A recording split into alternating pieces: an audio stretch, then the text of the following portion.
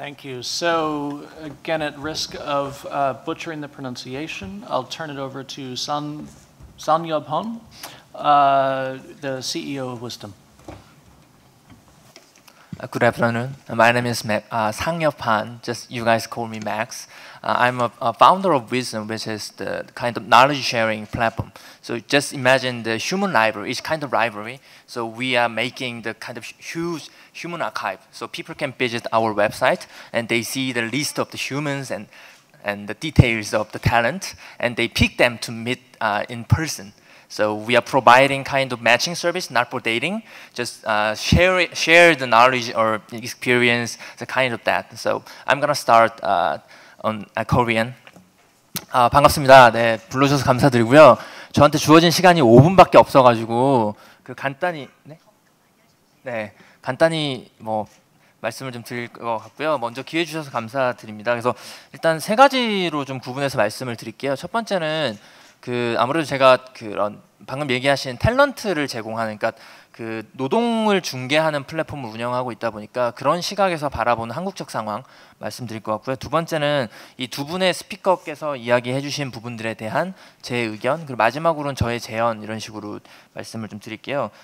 먼저 오늘 사실 이야기를 하는 게 공유경제 플랫폼 중에서도 노동중개 플랫폼 중심으로 이야기가 될 수밖에 없는 것 같아요. 기본적으로 노동중개도 있고 상품중개도 있고 상품이나 서비스를 아예 공유 기업이 제공하는 형태도 있을 건데, 이 노동 이슈가 주로 노동중개 플랫폼 중심으로만 좀 이슈가 현재 되고 있는 상황이라서 좀 더 현안 이슈에 좀 집중해서 말씀을 드리겠습니다.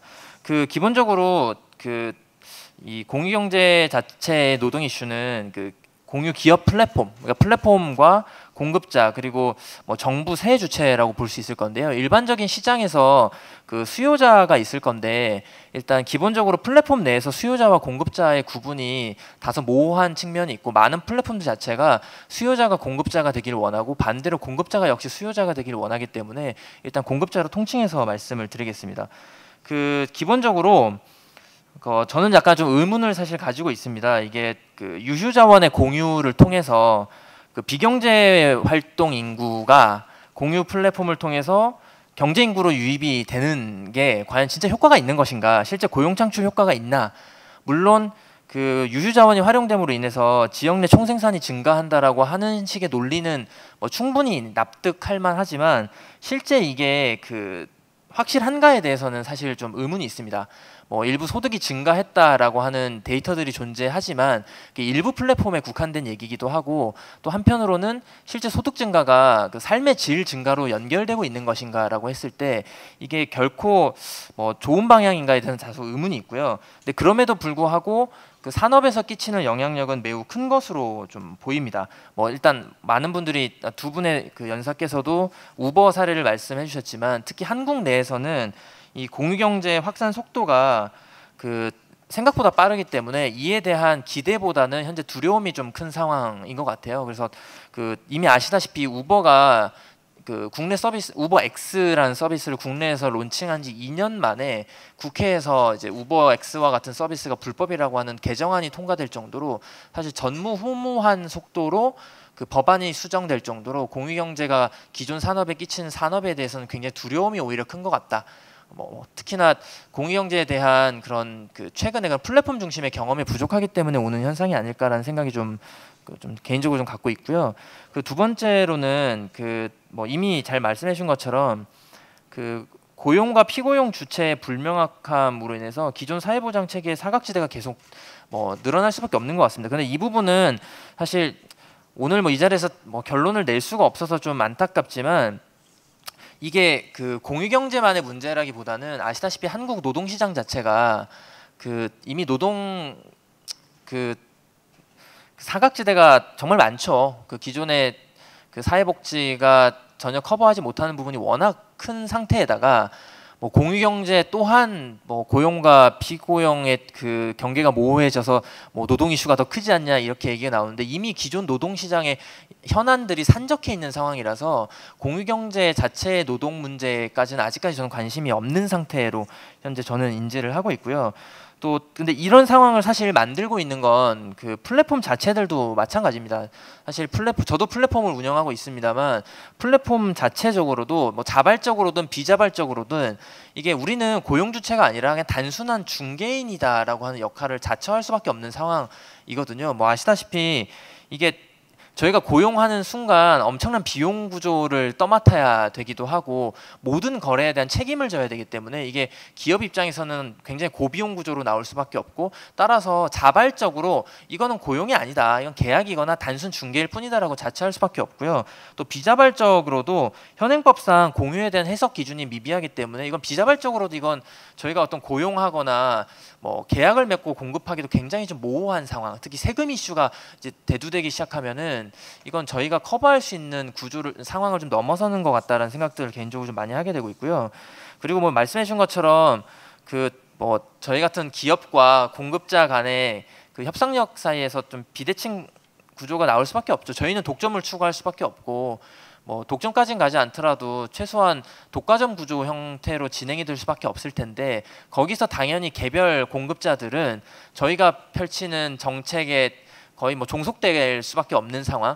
그래서 아까 첫 번째 연사께서 그 라저스 교수님께서 그 공급자 간의 연대가 중요하다라는 말씀을 해주셨는데, 그 부분에 대한 한국적 맥락은 제가 다시 한번 뒤에 말씀을 드리도록 하겠습니다. 또 한편으로는 이게 그 공유기업 입장에서는 공급자들을 사실 키울 수밖에 없거든요. 아시다시피 거래액도 증가시켜야 되고, 그러려면 거래량이 증가해야 될 것 같고, 특히나 대다수의 공유 플랫폼들 자체가 수수료에 기반하고 있기 때문에 필연적으로 공급자가 증가하거나 아니면 그 공급자 간의, 그러니까 거래액이 증가하는, 혹은 수요자 중심으로 말씀드리면 객단가가 증가해야 되는 그런 상황들이 나오게 되는데, 사실 이 경우도 이제 플랫폼을 운영하면서 발견하게 되는 현상은요, 그 파레토 법칙이 똑같이 작용합니다.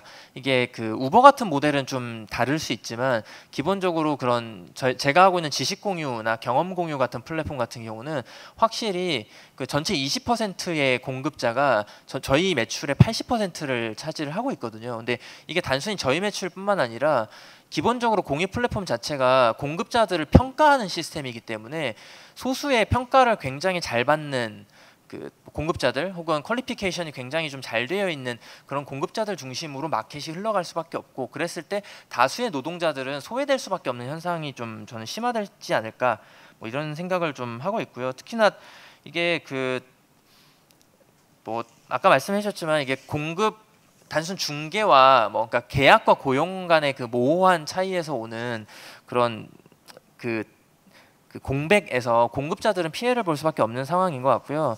이게 마지막으로 그 국내 공유 기업들 대다수가요 10인 내외의 굉장히 영세한 규모입니다. 그러다 보니 당장 공유 기업의 생존이 관심사지, 그 공유 플랫폼에 공급을 하는 공급자들의 노동 처우까지 신경 쓸 겨를이 없는 상황인 게 좀 현실인 것 같고요. 이제 그렇다 보니까 사실 이런 부분들은 특히나 한국적 맥락에서는 정부가 좀 더 나서야 되는 부분이 있지 않나라는 생각을 하게 되고, 마지막입니다. 그 현재 그 국내에서 접근 자체는요, 아직까지는 국내의 지배적인 공유 경제 플랫폼, 공유 기업이 없는 상황이라서 뭐 기껏 꼽아봐야 이제 소카 정도 꼽을 수 있을 것 같은데요. 이제 그러다 보니 아직까지는 그 공유 경제 성장에 더 포커스가 맞춰져 있는 것 같습니다. 그러니까 어떻게 하면 공급자를 더 많이 늘릴 거냐가 더 관심사지, 그 공급자들의 수준을 어떻게 하면 더 뭐 높게 할 거냐, 그들의 삶의 질을 높게 할 거냐, 그들의 처우를 개선할 거냐까지는 현재까지 가지 않는 것 같고요. 서울시가 중심으로 가고 있는 것들도 주로 뭐 관광 가이드의 자격 제한을 완화한다든가, 도시 민박업의 설치 기준을 완화한다든가, 그런 식으로 공급량 증대에 오히려 포커스를 많이 맞추고 있는 것 같다는 생각을 하게 된 것 같고요. 이제 두 번째로 그 이 연사분들께서 해주신 부분에 대한 제 개인적인 생각들은요. 일단 첫 번째 그 라저스 교수님께서 말씀해주신 그 근로자 간 협동조합과 같은 근로자 간 연대 부분과 관련해서는 당분간은 한국에서는 작동할 수가 없는 모델로 보입니다. 그 이유가 한국의 그 노조 결성률이 10%거든요. 그러니까 OECD 평균이 30%입니다. 그러니까 한국의 노조 자체가, 그러니까 이미 노동자들은 서로 연대해본 경험이 전혀 없는 상황인 거죠. 그런데 노동시장은 점점 유연해지면서 오히려 노동자들을 파편화시키고 있고 그 고용이 아니라 계약 주체로서의 노동자들을 강조하는 방향으로 계속 나가는데 그 단일화된 계약 주체들은 연대를 해본 경험이 전혀 없고 심지어 지난 3년간 한국에서 협동조합을 굉장히 장려하려고 노력을 많이 해왔습니다만 실제 그 서울시에만 해도 2년 만에 그 협동조합이 1000개 이상 등록되는 쾌거를 달성했다라고 얘기를 하지만 그 중에서 실제적으로 매출을 그러니까 지속 가능한 구조를 가지고 있는 협동조합은 10% 안팎으로 현재 보이거든요. 그러니까 이런 상황에서 한국에서는 당분간은 그 노동자 중심의 협동조합이 나올 수도 없고 나온다 한들 지속 가능한 구조로 유지될 가능성은 굉장히 낮다. 그래서 이런 구조는 오히려 아까 그 라저스 교수님께서 얘기해 주신 계약과 고용이 다르기 때문에 현재 노동법 자체는 고용 중심으로 형성이 되어 있고 이런 노동법 자체가 그런 계약 주체들을 그 기존의 뭐 사회 보장 체계 안으로 포섭하는 그런 형태로 좀 확장돼야 되지 않을까라는 생각을 좀 하게 되고요. 제가 노동법 전문가는 아니라서 그런 부분 또 이런 박사님께서 얘기를 잘해주시지 않을까 싶고요. 그 두 번째 그 닥터 리께서 얘기해주신 그 몇 가지 부분들은 굉장히 저도 공감합니다. 근데 과연 그게 한국에서 언제 실현이 가능할까 이랬을 때 결국은 기존 한국 노동시장에 산적해 있는 현안들이 해소가 먼저 돼야 되는데 심지어 최근에 뭐 이건 이견이 있습니다만 노동법이 뭐 개약됐다라는 그러니까 오히려 더 나쁜 쪽으로 그러니까 한마디로 노동이 더 유연화되는 방향으로 그 법안이 개정됐다라고 하는 의견이 좀 많은 상태거든요. 근데 이런 상황에서 이제 저는 라저스 교수님께서 얘기해주신 그 플렉서큐리티 노동 뭐 유연 안정성이라고 하는 걸 우리가 어떻게 획득할 것인가에 대한 좀 사회적인 논의나 공감대가 좀 더 많이 형성되는 방향으로 가야 되지 않을까 싶고요. 그래서 저의 마지막 그 제언은 저는 3가지인 것 같습니다. 그 기본적으로 공유 경제가 일자리를 증가시킬 것인가. 두 번째는 혹은 증가된 일자리 내지는 공유 경제가 제공해주는 일자리가 진짜 좋은 일자리인가? 세 번째는 그 공급자들의 연대가 한국에서 가능할 것인가 이 3가지 부분인데요. 첫 번째 그 일자리가 증가할 것인가에 대해서는 저는 증가하지 않을 것이라고 사실 생각합니다. 기본적으로 공유 플랫폼의 추구는 저비용 자동화 구조라서요. 이게 저희가 인력을 고용해서 제공을 하기보다는 고용보다는 말씀하신 대로 계약 중심으로 가게 될 거고 그랬을 때 그 계약 주체라고 하는 사람들이 그 한국적 맥락에서는 그 충분한 수익을 창출할 수 있을 정도의 경제 규모가 현재 안 나오고 당분간도 형성이 안 될 것 같거든요. 기껏해야 기존의 소득 활동을 그러니까 기존 소득 창출을 위한 경제 활동을 대체할 수 있는 국내 플랫폼은 해봤자 에어비앤비 수준입니다. 그러니까 나머지 그 플랫폼들은 다 좀 부수입들 그러니까 용돈벌이 정도를 대체하는 수준이고 그걸 장기적으로 대체할 수 있는가라고 했을 때는 대체하지 않을 거고 오히려 공유경제라고 하는 좀 파괴적인 플랫폼들이 한국에 들어옴으로 인해서 기존 그 고용 시장들이 충격을 받아서 붕괴할 가능성이 훨씬 높다. 그래서 이런 부분들로 인해서 저는 노동시장으로 어쩔 수 없이 그 배출되어 오는 유휴 인력들을 어떤 식으로 좀 우리가 활용할 수 있는가에 대한 정부적 접근이 좀 필요하지 않나라는 생각을 첫 번째 하게 되고요. 두 번째는 그 좋은 일자리인가에 대해서는 저는 이건 정말 이견이 좀 있을 수 있을 거라고 생각을 하는데요. 노동의 질 자체가 저는 감소하는 방향으로 갈 수밖에 없다라고 생각을 합니다. 이게 그 감정 노동이 증가할 수밖에 없을 거고요. 그리고 이 노동자들을 시장에 거의 발가벗긴 상태로 평점 시스템으로 다 내놓는 형태로 진행이 되기 때문에 기본적으로 그 노동자들 입장에서는 이 훨씬 더 경쟁이 심화되는 거죠. 그렇다면 이런 환경에서 좋은 일자리를 제공해 주기 위해서는 저는 역시나 기본적으로 사회 안전망에 대한 논의로 이어질 수밖에 없다라는 생각을 좀 하게 되는 것 같고요. 그 마지막으로 공급자들 간의 연대와 관련해서는 저는 공급자들 스스로 이 연대를 만들 가능성은 거의 없다. 라고 생각을 하고 있고요. 그렇기 때문에 공유 기업과 그 정부가 좀 나서서 공급자 연대를 육성하려고 노력을 해야 되고 심지어 이게 저는 공유 기업 입장에서도 훨씬 좋은 접근이라고 생각을 하는 게 그 공급자들이 좀 안전한 연대를 만들고 그들의 지속 가능성이 강화되면 강화될수록 그 저희는 좀 안정적인 공급원을 확보할 수 있는 방향으로 저는 좀 더 공유 경제 자체가 좀 더 활성화되고 좀 안정적인 토대를 만들 수 있는 방향으로 갈 수 있다는 생각을 좀 하고 있습니다. 그래서 저는 좀 공유 기업과 정부가 좀 나서야 될 것 같고, 특히 한국적 맥락에서는 좀 정부가 나서서 그 고용이 아닌 계약 주체들을 위한 좀 사회 안전망을 구축하는 방향으로 당분간은 가져야 되고, 그런 상황에서 공급자들 스스로가 그들의 연대를 만들고 그들의 목소리를 낼 수 있는 좀 여건을 좀 만들어 나가면 좀 중장기적으로 저는 공유 경제와 노동 문제가 좀 더 안정적으로 한국에 좀 착륙할 수 있지 않을까 생각을 합니다. 길게 말씀드려 죄송하고요. 네, 마이크를 넘기도록 하겠습니다.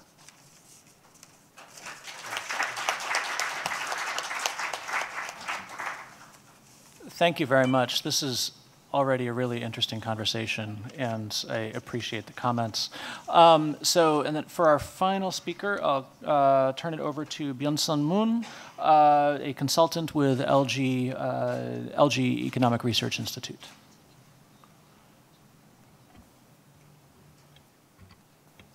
Thank you for inviting me. 저는 이제 한국말로 하겠습니다.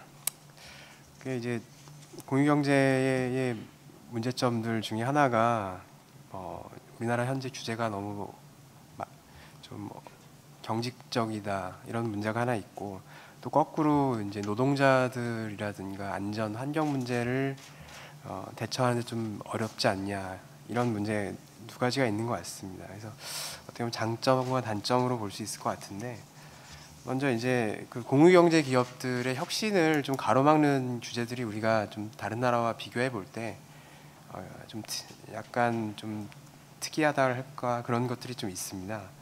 먼저 이제 노동시장과 관련해서 우리나라 근로기준법은 인력 중개를 금지하고 있습니다. 그래서 물론 예외적으로 이제 허용하고 있고 뭐 퍼블릭한 경우에 가능하고, 그렇지만 근로기준법 구조는 법률에 따르지 않고는 취업에 개입할 수 없다 또는 뭐 그런 규정이 있습니다. 그래서 이게 원래는 이제 노동자들을 보호하기 위해 만든 규정이긴 합니다. 근데 이제 공유경제 시대에 이게 적합한 조항인지 의문입니다.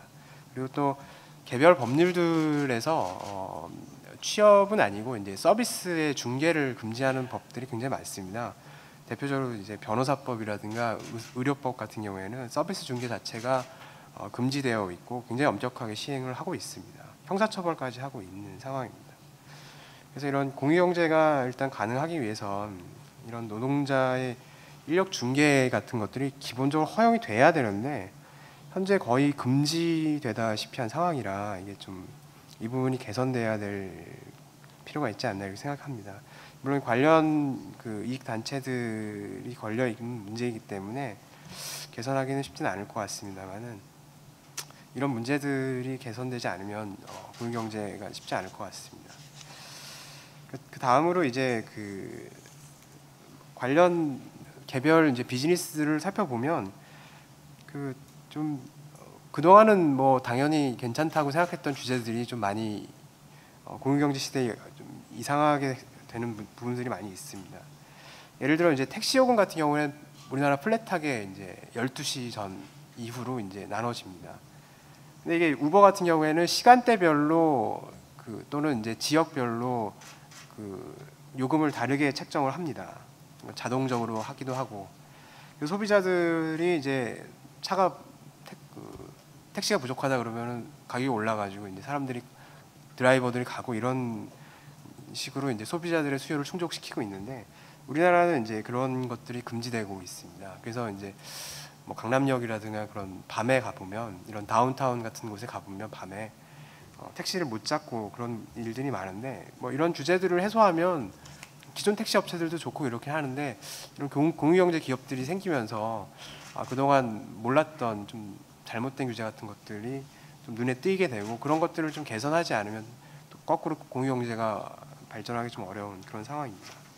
그리고 아울러 이제 택시 앱들이 최근에 많이 생겼는데, 이제 일부 택시 앱은 택시 기사를 부르면 뭐 1,000원이라든가 2,000원을 뭐 $1나 $2 정도를 더 얹어주는 택시 요금에 그런 것들을 자발적으로 선택하는 그런 애플리케이션을 만들긴 했습니다. 근데 바로 이제 정부가 그것을 금지했습니다. 이게 법으로 이제 허용이 되지 않는다고 하더라고요. 그런 것들을 좀 개선해야 될 필요가 있지 않나 이런 생각이 듭니다. 그리고 또 하나가 이제 뭐 우리나라 벤처 하시는 분들 얘기 들어보면 대부분 이제 뭐 결국 개인정보 보호 규제가 큰 문제다. 도대체 할 수 있는 게 없다. 이런 얘기를 합니다. 우리나라는 개인정보 규제가 뭐 국제적으로 봐서도 굉장히 엄격한 편입니다. 고객의 동의가 없으면 개인정보를 수집할 수 없고 그것도 이전할 수도 없고 그리고 이것을 어기면 형사처벌되고 그다음에 개인정보라는 거는 그 개인을 식별할 수 있는 모든 정보입니다. 그래서 예를 들어 뭐 제가 택시를 탄다든가 뭐 이런 것들도 전부 다 개인정보라고 볼 수도 있습니다. 또는 이제 냉장고에 센서가 달려 있으면 냉장고를 몇 번 열었느냐 이런 것도 뭐 개인정보가 될 수 있습니다. 냉장고를 여러 번 열어보는 사람이 있을 수 있으니까요. 그래서 이제 그런 것들을 아예 수집하는 것 자체가 어렵다 보니까 굉장히 어려운 문제가 발생합니다. 이게 뭐 미국 같은 경우 아시다시피 이제 수정헌법 1조가 알 권리를 강력하게 보호를 하고 있고 개인정보를 보호하기 위해서는 명확한 법률이 없으면 다 수집할 수 있는 상황입니다. 우리나라는 이제 그게 안 되기 때문에 여러 가지 불편한 게 있는데 노동시장과 관련해서 말씀을 드리면 일단 범죄 기록을 조회할 수가 없습니다. 한국은 법률상 범죄 기록을 공개하지 않습니다. 그것을 다만 예외적으로 이제 그 성폭행 같은 좀 이런 일부 죄인에 대해서만 그 기록을 공개하고 있을 뿐입니다. 그래서 노무 제공자들의 형사 기록을 체크할 수 없기 때문에 공유경제 그 노무 제공자들을 소비자들이 믿기가 상당히 어려운 측면이 있습니다. 거꾸로 악성 소비자들이 있습니다. 우리나라에 뭐 블랙 콘슈머라든가 그런 사람들을 또 체크할 방법이 없습니다. 그러다 보니까 이제 그 공유경제에서 가장 필요한 것이 신뢰인데 그것을 확보하기가 상당히 어렵습니다. 최근에는 뭐 대통령이 사면을 해가지고 아예 과거 형사 기록같이 다 삭제하는 경우가 빈번한데 더욱더 이제 비즈니스를 하기 어려운 측면이 있죠. 또 다른 게 이제 개인정보보호법상 우리나라는 이제 쿠키라든가 이제 웹버그 같은 것을 수집하기 어렵습니다. 쿠키라는 건 뭐 아시다시피 내가 무슨 사이트들을 검색했는지를 알 수 있는 사이트인데 그런 것을 수집할 수가 없다 보니까 타겟 광고라든가 타겟 마케팅 자체가 한국에서는 뭐 거의 없다고 해도 과언이 아닙니다. 타겟 마케팅이나 타겟 광고가 특히 공유경제에 굉장히 필요한 측면이 많이 있습니다. 이게 뭐 안 써보려고 하는 사람은 한번 써보라고 이렇게 좀 광고도 해보고 이래야 이제 공유경제 소비자들이 써보게 될 텐데 말씀하신 대로 특히 경험제 같은 경우는 한 번도 사용해 본 적이 없기 때문에 타겟 광고의 필요성이 누구보다 큰데 그런 것 자체가 이제 아예 한국에서 금지하다 보니까 좀 어려움이 있습니다. 사실 공유경제 기업들의 상당 부분들은 이제 마케팅에 좀 관심이 있는 기업들도 많은데 그런 부분이 좀 어렵다고 할 수 있습니다. 그 다음으로 이제 규제가 좀 필요한 그런 부분들도 있습니다. 예를 들어 뭐 환경이라든가 뭐 노동 뭐 이런 문제들인데요. 사실 뭐 그 공유경제에 대해서 비판적으로 보시는 분들은 이 우버라든가 이런 것들이 그 규제 차익으로 번영하고 있는 거지 무슨 실제로 가치를 창출하는 게 아니다 이렇게 얘기를 합니다. 뭐 예를 들어 이제 노동자 예를 들어 이제 우버 같은 경우에는 택시 면허 취득 비용 자체가 없지 않습니까? 어느 나라는 택시 면허 취득 비용이 상당히 큽니다. 우리나라도 택시 면허 취득 비용이 상당히 크고 뉴욕 같은 경우에는 좀 뭐 굉장히 양력 높을 정도로 큰데 그런 비용 자체가 절감되니까 우버가 이득을 보고 공유기업이라는 게 그런 식으로 이득을 취하는 거 아니냐 뭐 그런 얘기도 있고요. 그래서 이제 뭐 규제를 다 강화할 필요는 없겠지만 필요한 규제들 같은 경우는 강화를 해야 되지 않나 이런 생각이 듭니다. 이제 예를 들어 이제 안전 규제라든가 환경 규제 같은 거는 뭐 이제 여러 가지 문제들을 야기할 수 있는데 물론 이제 이제 셀프 커렉트 할 수도 있는 측면이 있습니다. 그래서 이제 공유경제에서 부정적인 외부 효과들을 스스로 교정할 수 있는 수단이 많은 것은 사실입니다. 특히 IT 기술이 발전을 하면서. 그러나 이제 과연 이게 당사자 간의 협상만으로 그런 것이 해결될 수 있을지 의문이 듭니다. 특히 이제 뭐 한국을 비롯하여 미국을 제외한 대부분의 나라에서는 집단 소속이나 직설적 배상 청구 같은 게 이제 금지돼 있습니다. 우리나라 같은 경우에는 이제 불법 행위에 의해서 피해자들이 손해배상을 하게 되면 손해배상액이 굉장히 저액으로 나옵니다. 그래서 그 소비자들이 뭐 100만 원을 피해를 받았는데 100만 원은커녕 뭐 10만 원밖에 안 되고 손해배상을 못 받는 경우도 굉장히 비일비재하고 합니다. 그래서 이런 점에서 이런 그 민사적인 해결책 자체가 부족한 한국 같은 경우에는 어쩔 수 없이 정부 규제가 어느 정도 필요하지 않나 이런 생각이 듭니다. 그다음에 이제 그 오늘 이번 세션에서 중요하게 다뤘던 노무제공자 보호에 관련해서는 우리나라 법이 또 굉장히 또 노동시장이 경직적으로 만들게 하는 법들도 많이 있는데 거꾸로 노동자들을 보호하지 않는 측면도 좀 있습니다. 그러니까 그 대표적으로 이제 우리나라 법은 노동자만을 보호합니다. 그래서 이제 법상 명확하게 노동자라고 그 판정을 받아야 되는데 법 또는 이제 법원에서 우버 노동자와 비슷한 운수 노동자들이 우리나라에 많이 있습니다. 운수 노동자들이 실제로 앱을 사용합니다. 그 운수 중개 업체가 있고 그 운수 중개 업체로부터 앱을 다운을 받아서 사용을 많이 하는데 그런 운수 노동자들이 대법원에 이제 여러 번 소송을 제기를 해서 노동자로의 권리를 인정해 달라고 했는데 대부분 졌습니다. 그래서 아마 다양한 산업에서 이제 공유경제 기업들이 출연할 텐데 그런 기업들의 이제 그런 공유경제 플랫폼에서 노무를 제공하는 사람들이 아마 노동자로서 인정받지 어렵지 않나 그런 생각이 듭니다.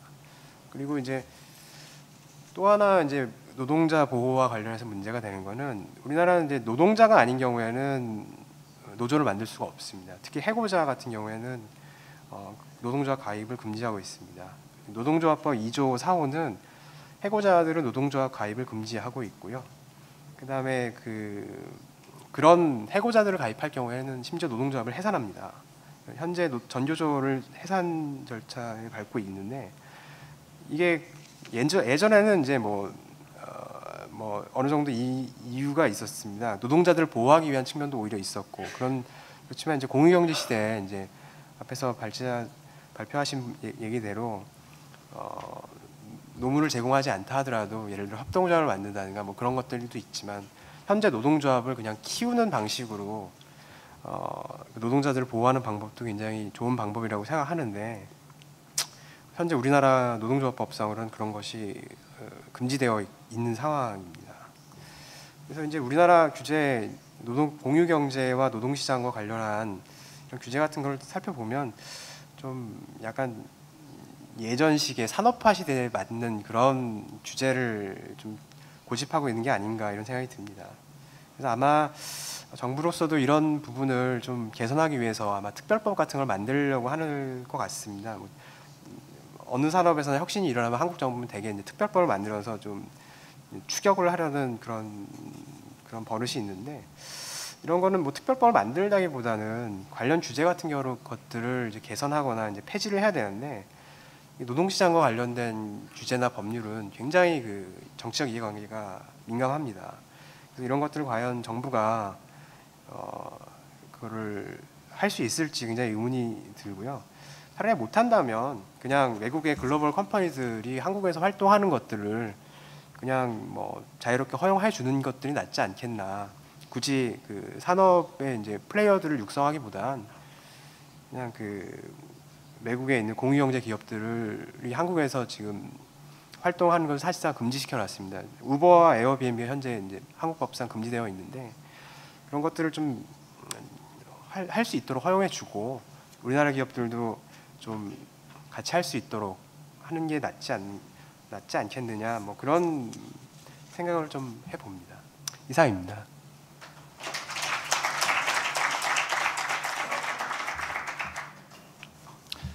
Thank you very much. We are already over time, so do we want to wrap it up here? And yeah, okay. So thanks again. This has been wonderful, and anyone who wants to talk about this, I'll be around and happy to answer questions personally. Thank you.